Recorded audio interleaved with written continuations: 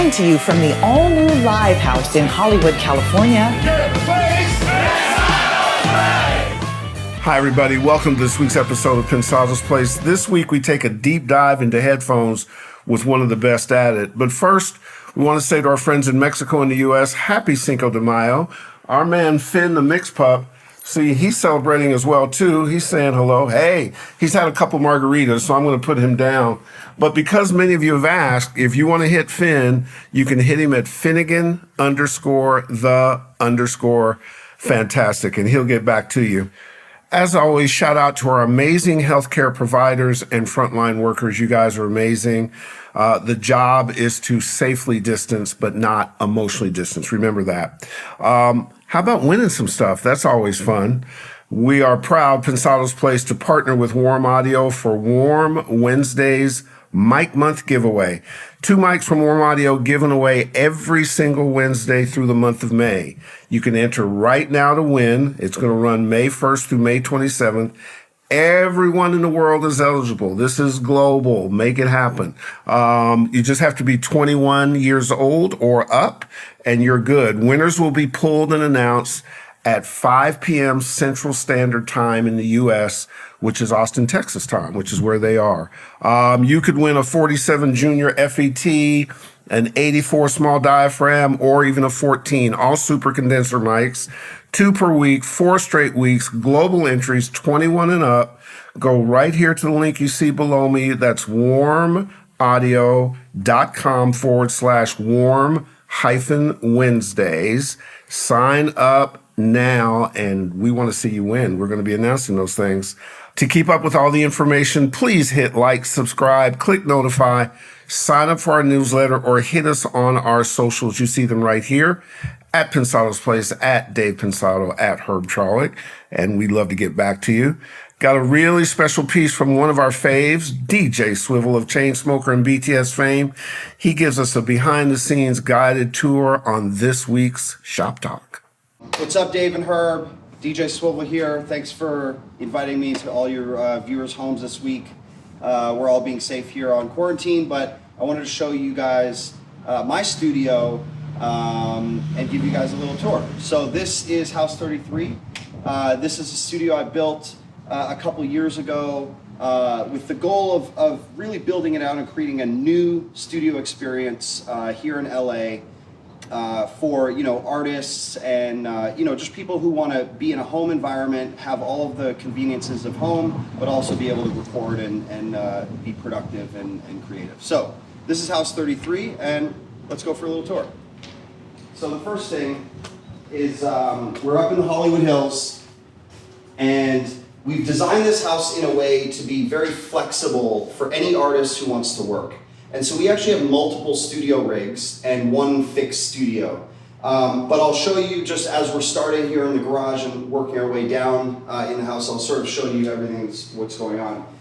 We have a finished garage in here, and so we sort of use this space here as an office space, and then we have one of our studios set up here. But the thing is, we've designed it, we have the entire studio here, we've designed it on a rolling rack, so we can actually move this studio to any room in the house. So if an artist feels creative down by the pool, we can move it down by the pool, and the setup is easy. There isn't a patch bay. We just have 8 inputs. We have an Apollo. We have a Neve Shelfer channel here. We have the Warm Audio WA73. We have a Purple Audio MC77 and a 4-channel API pre. And then of course we have some KRK monitors, and we've got a keyboard up here and a beautiful view overlooking Hollywood. But again, this studio can move around. So if an artist wants to work in one of the bedrooms downstairs, it's as simple as just rolling this up, rolling it into the elevator here, and then all they have to do is plug in their laptop to the UAD, plug in a microphone, and they're good to go. All right, so we'll start making our way down. So we have an elevator access for every floor. There's 4 floors in the house. Come on in. We have this, beautiful entrance, glass staircase, and of course, lots of light. This place gets a ton of sunlight. So come on in. The entire house is controlled with Control 4. So we are able to, give artists access to the home remotely if needed. Perfect during quarantine right now. We actually have an artist checking in later today. We've made sure that the cleaning staff has come in and sanitized everything. We have cleaning staff that comes every week. And we're able to check artists in remotely, so we don't actually have to be here and make sure that they're safe. Here's the living room area. All of these doors slide all the way open. These amazing views of the Hollywood Hills. Here we have a dinner table that also doubles as a pool table, billiards table, and a kitchen. As you can tell, we have an artist checking in. We like to take care of our artists, so every artist is a little different. In this case, we made sure that we stocked the kitchen and fridge and pantry with all of the artist's favorite food. And that's just a matter of communicating with management and things like that. So let's keep walking. We have a guest bathroom here. If you walk in, here is our theater room. The theater room has 8 reclining, theater-style seating. These all recline. Everything is controlled on Control 4. All of the, PlayStation, Xbox, Apple TV, whatever you need, it's all controlled on Control 4. And we actually have 2 beds up here, Casper mattresses. So if you do have an artist with a lot of guests showing up, there's always room for somebody to crash if needed, if they have a few extra guests. And then if you follow me back here, here's where our fixed studio is. Got a couple toys here. We have a Moog Sub-Fatty. We got a Fender Strat. We got a Taylor guitar. There's another Fender bass back here. So a couple toys. And then here's the main studio room. This studio is designed around a Raven console, and we have an Avid S3 console with faders if needed. It's all on an HD I/O rig. We've got some great gear here. I love these Genelec 8351 monitors. They're my monitor of choice. We got some K's if you really want it loud, and some Aventones for some nice, lower volume monitoring. We got a TubeTech CL1B, MC77. We have a BAE 1073. We have the API, 4-channel API, and a Millennia STT1. So lots of great gear. A couple great microphones. We got a Telefunken Elam 251. We've got a C800. We have the Slate mic. So lots of good stuff. There's 2 doors here for soundproofing. It's very quiet back here. We try to keep this, very Moroccan vibe going from the theater into the studio here. So we got a booth, and of course, you can't have a booth without branded chairs. So, all right, so we'll keep walking here, and I'll show you guys the rest of the house. So we'll make our way down.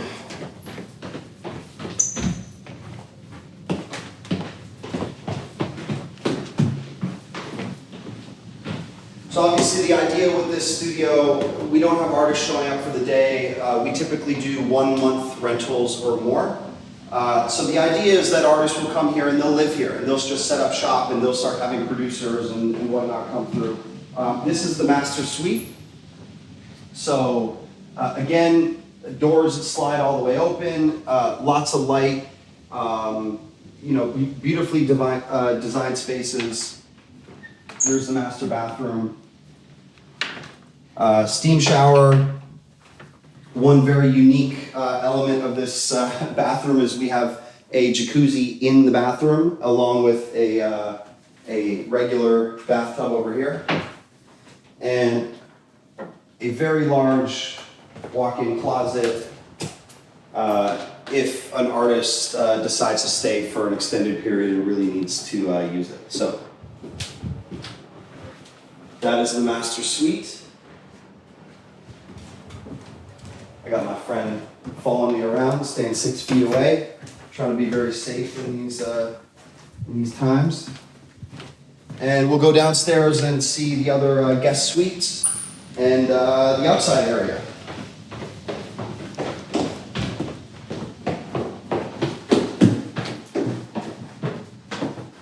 So here is the second guest suite. Again, elevator access, all 4 floors. So this room has direct elevator access. Again, lots of sunlight over here. There's a closet and a bathroom. And we've had artists set up. There's one studio rig down here while we have another one upstairs. We've had artists set up kind of facing outside. We try to make this space as flexible for artists as possible. So anything can be moved anywhere. And we've designed it in a way to make sure that that happens in a very easy, simple way. Here is the other guest suite. Bed. This one has full shower and 2 sinks in the bathroom.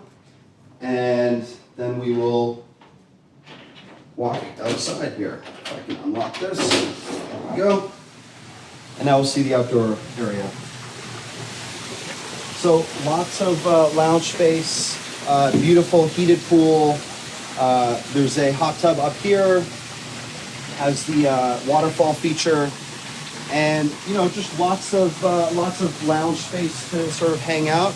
There's a little barbecue area down here, and just amazing views of LA. So we think a lot of artists want to get out of their comfort zone and where they're normally working, and sometimes just be in a space like this to feel creative, and we find that this is the type of space that really does promote creativity.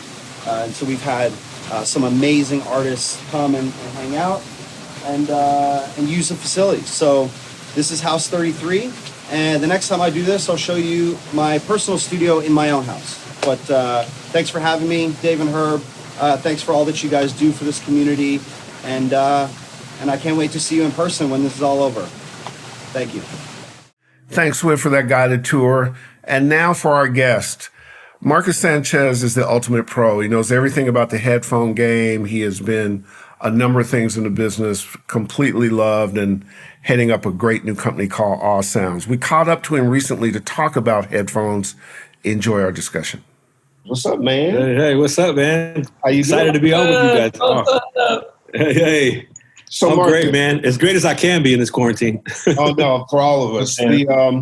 One of the things that's fascinating about your background, I'm curious to see if it informs what you're doing today, is since I've known you, you've always had an artist sensibility. The people you're around, the people that you influence or influence you, sometimes where you spend your recreational time. So you were an artist early in your career at several labels. And what I've noticed is that even today, as you hang around Manny American or Alex the Kid or Brian Kennedy or all the folks who really rely on you and you guys rely on each other, does that artist sensibility go into the product? Because your product is very artist friendly. It's very creator oriented. Is there a correlation there?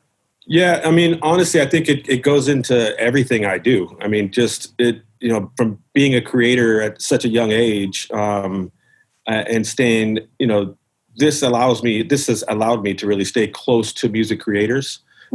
So even from the design of the products to tuning the sound, it's always been about what would an artist want to hear. And I know that's a cliche thing to say from a headphone brand, but when I came here, it was really about it. There's been a lot of brands that have done things for musicians and done things for music creators and done things in the pro industry. But I wanted to take a different perspective because I was an artist and because I was in management and in the industry, as from a brand perspective, is really to focus on the products to make them not only work for a music creator and what they do, but from a brand perspective to really tell the story and the message around the community and getting involved in the community and giving back to that community as well. Dave? I'm interested in what happened right around that time when Monster Cable, when you started working for them, and then the next thing you know, Beats headphones come around, and next thing you know, we're talking about billions with a B being handed out to the music community. What was it like during that time period when you were with Monster Cable and you knew that you were going to get taken up by Apple? Yeah, it was a crazy time for me because it was really a changing point in my life. So, I was a manager for 15 years and working, as you guys know, working on a lot of the big records with a lot of songwriters and producers. But when I was asked with Noel, the CEO of Monster, to come over, Beats was still there. So I was like, hey, you want to start a music division at Monster? This is great. Everybody's aware of what Beats by Dre was and how great they were doing. When I got there, really was eye-opening for me. I always call it like my college years of consumer electronics, because I really did get a crash course in what was going on and just on the backside of audio and consumer electronics. And then I got to see kind of this transition happen when Jimmy took Beats away from Monster, sold to HTC. I had just gotten there maybe for about 4 to 6 months. Oh, so wow. it was a pretty hectic time in the building. I could say that. That's a historic time. Yeah, it was crazy to see. But I think honestly, it helped me a lot because I was thrown into the fire to start trying to help with all the other brands. So, I initially went there to start a music division. I don't know if we kind of even spoke about that, but I went and traveled the country meeting with, Columbia and RCA and all the labels to try to build out distribution to do these Monster Music. At the time, they were Monster Music download cards that we were going to do like these high-res versions of each of these big albums that were coming out. And then Noel decided right when all that crashed, he's like, can you just basically come and help me with the headphones? So it threw me into headphones, which led me down this whole different path, which has gotten me where I am today. What would you? It seems like your entire path has led you to world domination over at AuSounds. Yeah. Those learning curves. When I went from Monster and seeing they were such a big brand and they had such huge distribution and so many different SKUs and lines of product, and then going from there to Odyssey with Warner Music Group and looking at it from a high-end perspective and having high-end headphones that anywhere from $500 to $4,000 and having to work with the Warner Music team and really trying to rebrand that brand to be more consumer friendly and not so just high-end, but still bring in new lines. It really has set me up, I think, for this brand, what we're trying to do and kind of leading to it and being able to have kind of accessible price point products, but still have that audio quality.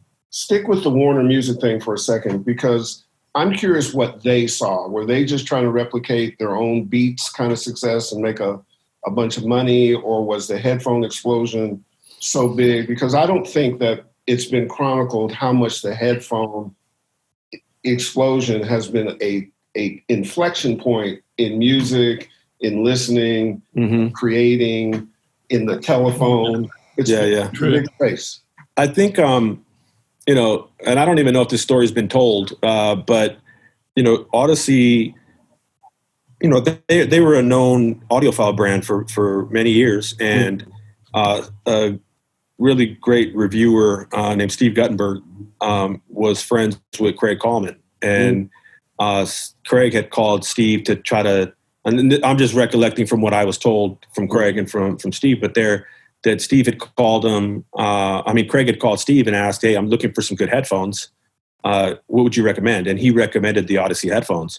And when Craig got them, he kind of heard the headphones, heard how great they were. And I guess, in the Warner Music Group family, most of the CEOs, from what I understand, have the opportunity to invest some of that dollars into different companies. And Warner Music Group owns a bunch of, they own Deezer and, other brands like that. So they came in and invested into Odyssey. That's right when I came on board. So a friend of mine from over at Monster brought me over and said, hey, we need help here in marketing. And the crazy thing is as I come over to interview, he said, you got to meet with the board. And then I jump on Skype and it's Craig Coleman. And I'm like, hey, what's up, boy. Craig? So, yeah. So we had known each other, from the past in music. So it was a cool conversation. He was like, he knew me from Monster. I had been working on a couple partnerships and stuff with him on that side of the house. And there was a couple things that were going on. So it was an easy, I guess you want to call it interview, but it was an easy process because he just was like, oh, I know who you are. I know what you do. Like, we're good. Like, come on through. Let's go. Cool. Was that right around the time we hit up Banny American for some free steaks over at the steakhouse? Was that about the same time? Yeah, it was right around there. Yeah. Here's a question for you, Marcus. You're executive president of AuSounds. You started out as a CMO. You look at it from all aspects and the business aspects, particularly the U.S. team and their global branding. But you're also a creative person. So from your perspective, what goes into a great set of headphones? Oh, man, that's a really complex question. So I will say it depends on the user, right, and what the use case is for the headphone. So, you got people, and the average consumer doesn't look at headphones now, but because of and really, Monster and Beats kind of really opened up this entire market of headphones. We didn't even look at headphones the way we do today, but now headphones, a good headphone depends on what you want it for, what you need it for. It's like you have some headphones that are built with certain materials that will work well to work out in, or more durable, and they have maybe the dB or the volume in the headphone is just what you're looking for with the driving bass and things like that, so you could work out in. But others you look for a more balanced tone, and you're looking to really sit down and listen to music the way you want to hear it. Mm-hmm. And so you're looking for a long-lasting kind of comfortable ear cup. You're looking for a certain tonality in the music. And then others, when you go even more high-end, you have some that are just flat. You want to be able to mix on them. You want to be able to do things that you use it as a tool, right? Mm-hmm. And especially for music creators. And then the way I like to look at it, and what we're trying to do at AuSounds is kind of meet that happy medium where you can use it to do those things that you would as a music creator, but it also has the features and the different characteristics in the way that it was engineered and designed to use every day. Mm-hmm. So like, as an example, I feel like there's certain headphones that are like planar or electrostatic headphones where they're not as durable. If you drop these headphones too many times, you're not going to really be able to use them. But other drivers are made so that they're more durable. They're designed differently. So if you do drop them all the time in the studio or recording or using it for home studio, it's not going to fall apart on you. The driver's not going to go out. Mm-hmm. So to answer your question, it really does depend on the use case and really what you're making the headphone for. That's what we try to look at everything, even from not only from the engineering and the design industrial design part of it, but from the tonality and audio signature of what we're doing with every headphone. Mm-hmm. And we look at our target audience and what we think they're going to be using this product for, mm-hmm. and try to collectively create those things to add up. And I think, not to kind of run on here, but that one of the great things about why I came here is because we do design and manufacture our own headphones. So mm-hmm. even some of the bigger brands that are out there, they're OEMing products and they're bringing them in, they're slapping on their brand on it. And then, they're doing some marketing spiel around what it is. Mm-hmm. We actually take our time to, if we're going to come out with a headphone, what are the features we think it should have? What do you think that, this person's going to use it for? Well, and I get samples, or I'll fly out to China because our engineering team is there in Shenzhen. I'll go down and sit down with them and go over just the way they sound and what they feel like and what we think. Some of our headphones, like you were saying the other day, Dave, you saw the Flex. Those are really, they're made to be balanced headphones. So they're a hybrid planar headphone, mm-hmm. Driver, but they're made to be balanced. They have some more low end because we know that people are going to use them regularly in their day-to-day work. But for the most part, they're supposed to be balanced. But then you go to some of our more earbud things that we know people are going to work out in. They may be a little bit more heavier in the bass, just because that we think is what our customer will need. The Flex that I've got with the Neckman, the specs on those are 20 to 20K, and I'm not sure how you got a sub in a pair of earbuds, but I'm this close. If you can see me, I'm this close to taking those guys apart. I want to see the little tiny sub. I'll send you the diagram of the driver so you can see it. It's a unique. I saw the exploded version of it. I saw it. It was I have the full, because the subwoofer is dynamic, and the tweeter for the highs and mids is a planar. So it's a unique driver. It's a dual driver, but a planar dual driver. The stereo field is just incredible. I use it for that, because. And then the noise canceling, I don't need that when I'm mixing, but the stereo field, and I'm able to hear the decay on reverbs and delays, they're a great addition to my arsenal. Really are. Appreciate you. No, that's awesome. Those kind of words is really what we strive for. Like I have, we've been doing nothing but try to build our ambassador programs, and our ambassadors are not. We don't look at them like an average brand would look at them. We really do feel like they're family, and they're a part of how we create our products. So everything from Brian Kennedy down to Damon Sharp to Black Tuxedo to Little Eddie to all the guys that we have on the team, I always talk to them. What do you think about that? How when you were writing that record, what did it work, or is this something you would rather hear more like this, and hopefully we can keep just enhancing our products as we get to hear back from them. But you know what? I think that's what differentiates certain brands in our space in terms of, because I think Dave and I, in the position we've been in now for a decade, you get a sense when the people are, is that good, Dave?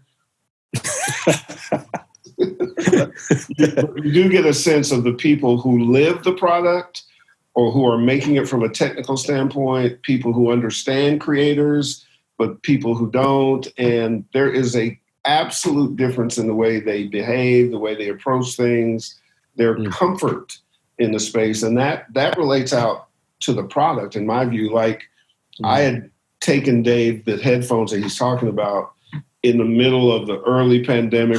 It was raining. We met at a Carl's Jr. We had masks on. We're like, each other, we're just, and probably within an hour of him getting home, he was like, man, these sound great. I can mix on these. And that's awesome. And what we would notice is, because we've had so many other companies, you may have a competent piece of gear or a set of headphones, but that's different than somebody who loves the space that you're in. There's a difference. So is where you're going, because when we started this conversation at NAMM, before all this stuff happened, you guys were looking at the pro audio space and creating product for that. Is that coming? Is that what's happening? That is, yeah. The product I'm wearing right here is our X Studio. So you can kind of see the over ear. We hope to have these in market by August. Nice. So we have our whole X series, which is going to be it's the X ANC, which is over ear with noise cancellation planar driver. Wow. It's going to be the first of its kind in the marketplace. So really excited about that one. And then we have the XT, which is priced a little lower, but it's a biodynamic driver. So it'll still sound great, but it's at a $199 price point, over ear wireless noise canceling headphone. And then we'll do our X Studio, which is going to be a wired headphone, come with the coil cable, the 1/4 inch, really priced at only $149, that we think will be able to target the kind of the home studio on the go music creator that can plug into their laptop and then plug directly back into their keyboard or whatever they're using. Nice. I might. Did I misspeak when I said the titanium drivers and the Flex? Because I know that the Streams have it, but I don't remember reading now about. No, so the Flex ANC has a hybrid planar driver. So they're the ones that have it's really a unique driver to us, which is the tweeter planar and the subwoofer dynamic subwoofer. But all of our Stream earbuds, except for our Stream Hybrid, but the other two do have a titanium driver.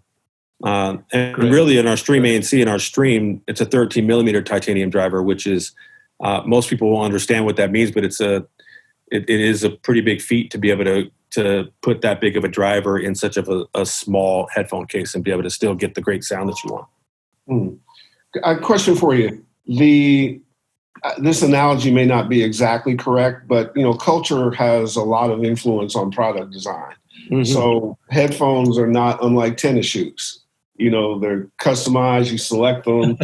It's true. Like the sneaker game is ridiculous and places that nobody can understand. It's $1 billion business, as are now headphones. Do you feel cultural pressure because some people see them as fashion statements and want to have a look, or are you? No, the great thing about it is, and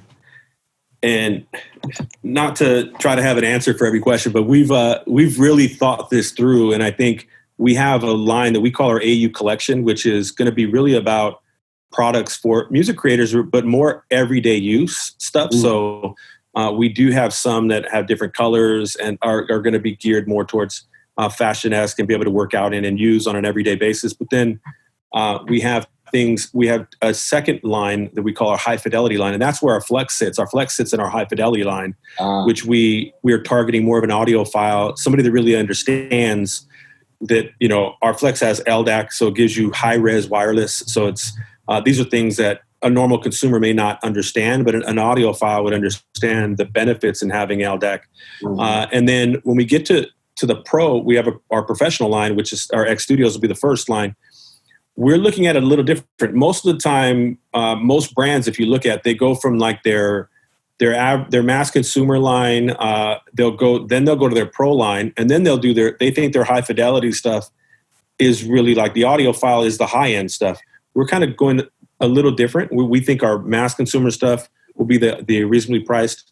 Our high fidelity is more the middle. We want our Pro stuff to be what it should be, the highest quality, because the professionals can use it as a tool. Mm-hmm. We think those will be like the pinnacle of our product, and we're really taking our time with those to come out. We're starting off with the X Studio, and I think it's really just because we want to be able to try to build a product right now mm-hmm. for who we think our audience is and what we think can be used every day to work. Mm-hmm. But we'll be looking at coming with some really high end stuff, so Dave could sit there and mix on, and hopefully Manny will mix on, and you can use as a tool. And that's what we're hoping to get to by the end of the year. Nice. So today I watched, I think all 4 piano episodes on Little Maestros. Yeah. What's that all about? I'm going to recommend that to a lot of my assistants, because I keep getting assistants that, well, not all of them, but I've got 1 or 2 that want to learn piano, and what a great way to learn, right now. Yeah, Chris Vasquez is amazing.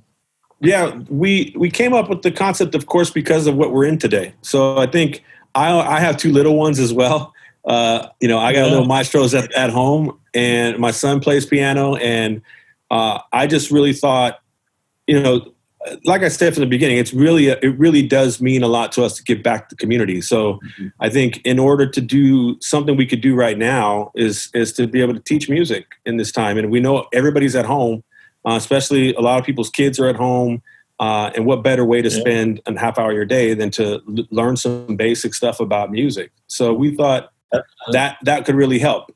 I mean, to lead into that, we're actually doing a lot of stuff with Music Cares. So we give $1 back on every headphone sold to Music Cares. So again, it's going back to the same story. We really do want to give back and be a part of the community, and not just talk about it, but be about it. And you know what? Because you and I sat at NAMM, and we had been talking about getting together to do this anyways. And mm-hmm. from the very beginning, the intent of AuSounds, and you know what?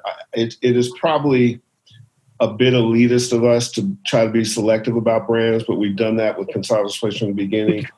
You want to align with people who are like you mm-hmm. and have your value system and your brand sensibility.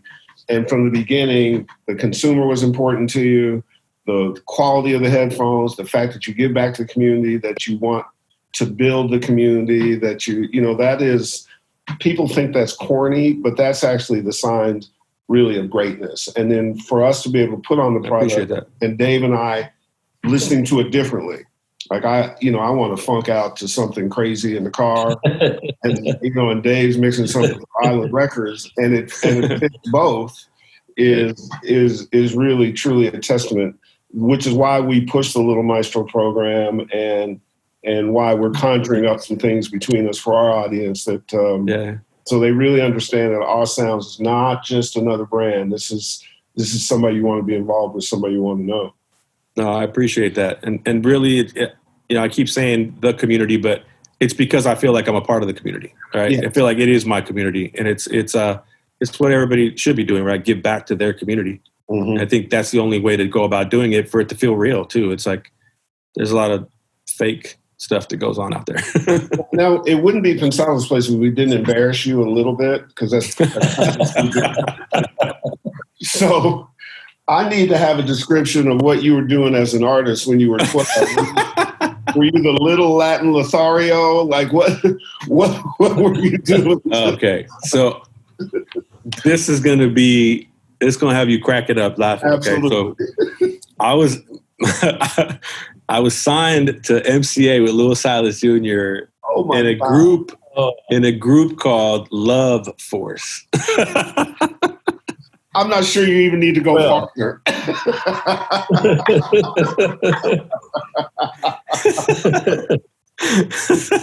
Oh, that's fantastic. I noticed we didn't get any Love Force pictures in the ones you sent. Oh man, no, those are only in my mom's boxes up in the attic somewhere. Yeah, with the shiny, I had the shiny suits on and everything. Yeah. Let me clarify. Were you the solo Love Force? Were you the Love Force? No. I was in a group. We were, okay, cool. Yeah, we thought we were like, another bad creation of the boys or something. ABC, we were trying to be. Right. Yeah. Off camera, I'll tell you a little. I'm sorry, Dave. I'll tell you a little side of the story that'll warm your heart when we're. Go ahead, Dave. Well, along that same time period, you were picking hits and singles for record companies, and so it wouldn't be Pensado's place if I don't just out of nowhere change the subject. So it's a traditional thing. Explain to me how you went about choosing a hit, because it's almost impossible because of all the elements that the label has to contribute, and some great records die a quiet death. What did you look for? Was it just a gut feeling, or did you have a checkbox thing you went with? Man, again, probably sounds cliche, but I had great people, man. I had great songwriters, great producers. I think, one of the talents that I found pretty early on is that I was really great at putting the right people together. And when you talk about managing, and Herb, I know you know this more than anybody, but it's managing people, right? So I was really, it was about just putting the right people together that I thought would work well together for a specific artist. Or, this game is crazy. You never know when you're going to get a hit. I feel just blessed to know that we had, as many number ones as we were part of and albums that we were a part of. But a lot of times it just came down to, hey, so-and-so is looking for a record, and, understanding what the artist is looking for, and then putting the right songwriter with the right producer that I thought was going to write a great record to tell the story that I thought that artist would want to hear. Yeah. And then, of course, building the relationships from being in the industry since I was 10 years old. You're able to at least get the meetings, right? And at least get in the door to have a conversation about the album. I think that was the struggle that I found when I was getting out of the industry. Well, not out of the industry, but stopping management was, it got to a place where I was finding that most of these records were done internally within their own camps. And there wasn't like, they weren't shopping for records anymore. It was really like, you got to get with an artist that you're going to build and grow with. and your team produces it and writes it, and then they have a hit, and then people come to you to get records, if they're going to do that. But it was getting much tougher to go into an office and be like, here's a couple of hit records. Like, let me shop these records for you.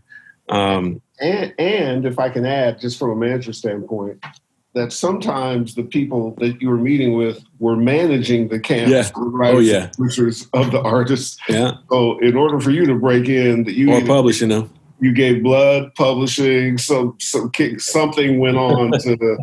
So that was probably my biggest struggle. It was constantly trying to keep my relationships while arguing about splits. That's a tough call. That's a very, very tough call. I found myself in a lot of sessions just so that I didn't have to have arguments, and I knew exactly what the splits were. Like, I was in that session. Mm-hmm. They wrote that, they produced that, they did that. I was right there. Today, that could get you wounded. If not worse. But Dave, to answer your question, man, to sum it up in one, we had a really great team. I did it with my brother. My brother was instrumental in really making sure that everybody was on their P's and Q's, myself included. And, I was just a tool of putting these great artists together. And like I said, I coming from the artist side of it, you kind of know, what an artist is looking for because you're an artist yourself. So you kind of have an understanding to know, like, hey, they don't want to know that. They don't want to hear that. They don't want that. They want this. In the headphone game overall, in where AuSounds is going, is that where the industry is going? Do you think? Because everything evolves, nothing stays the same. No, right? I do feel where AuSounds is going is where a lot of companies say this without someone paying attention or listening to us here are not really. They've left the community, and this is not to talk down about any other brands, but I was involved in some of those brands that no longer really speak to the music community as like they used to. Mm-hmm. They've either been bought out by a larger company, and it's a little different to try to move in the community when you're now this conglomerate, huge brand. That's for sure. So I think that what we saw and what I saw initially with this, with even positioning the brand this way, was there was a gap. There's a gap for people really paying attention to a community that uses headphones every day. Yeah. What from an engineering perspective, I don't think people really realize, us engineers, how much headphones mean to us. In the last couple of months, I set up a studio at the house, and I was a little lazy, so I didn't do any treatment. And man, my headphones really, really, really saved the day because I couldn't translate what I was hearing out of my speakers quite right, and you can't work that way. But when the headphones remove the room from the process, so they were a godsend. Not just the ones that you gave me recently, but some of the older ones that we hooked up. Mm-hmm. But the Flex are a godsend. I mean, I'm doing 808s on those things. It's crazy. Wow. And so I think that this is a good time for people to take a look at your products. Yeah, I think right now, like you just said, I think a lot of people already know this, but it's not being said, is when you do put on a headphone, you are removing the treatment of the room. You can just go through a couple of headphones and say, this works, or this is flat enough, or this is what sounds right for me to be able to do this record. And the way that the industry, I think, has gone in terms of the music industry is everything's on the go, right? No, everybody's at home. Big studios are a dying breed. Everybody's working from the house or working in a coffee shop or wherever on an airplane, they're doing records. So they want a good headphone that's going to be able to, like you said, remove the room and just put them inside that room within their headphone. Mm-hmm. How much does the car or the telephone factor into your planning, or does it at all? Do you just make headphones and then it'll adjust accordingly, or do you think about? No, like so most of them, like I'm using. Hopefully, my audio quality has been good here, but right, I've been using all of ours. When I say everyday use, those little details are what we want to pay attention to with everyday use. Yeah. So you might have headphones from other brands that are focused on doing things for professionals or whatever, but that means everyday use may not always work. You buy a headphone for that, and then you buy a headphone for that, and then you buy a headphone for this. What we're hoping to do is to say, look, you can use these headphones to be on a call like this, to be doing a video conference, but you can also turn this video conference off and pull up Logic and start doing or producing a record, right? So you can still do the things that you need to do with one headphone. So same with our earbuds. Like, look, I'm not going to recommend you're going to go produce records with an earbud because it's an earbud. But at the same time, you're going to want to try, we at least going to try to recreate that music for you as best as possible within the earbud that you're going to get from an earbud, right? And that's our goal. Our goal is for somebody like Dave, like Manny, like these other music creators to be able to go out and say, look, it's obviously not as great as my room, but if I have to pick an earbud, this one works the best. Yeah, right? That's the goal.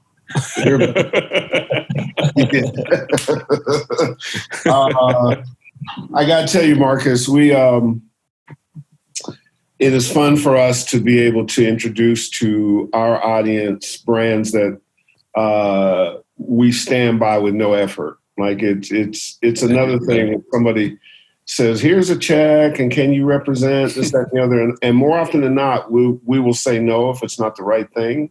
Right. But when you can be full-throated about it and just say, like, I'm not an earbuds person. I put your earbuds in. It was ridiculously easy. They actually fit, and I could customize it, and the sound quality was ridiculous. I was like, oh, I could do these. So, and the other thing that I think is fun for us is we know innovation is coming down the line, whether it's in product or embracing the community or approaching things. You and I have talked about some programming stuff that we're going to get in support. And I know that you don't want to do this, and I want your boss to understand this, but a lot of this is you, brother. I know you. And by the way, your team has been spectacular.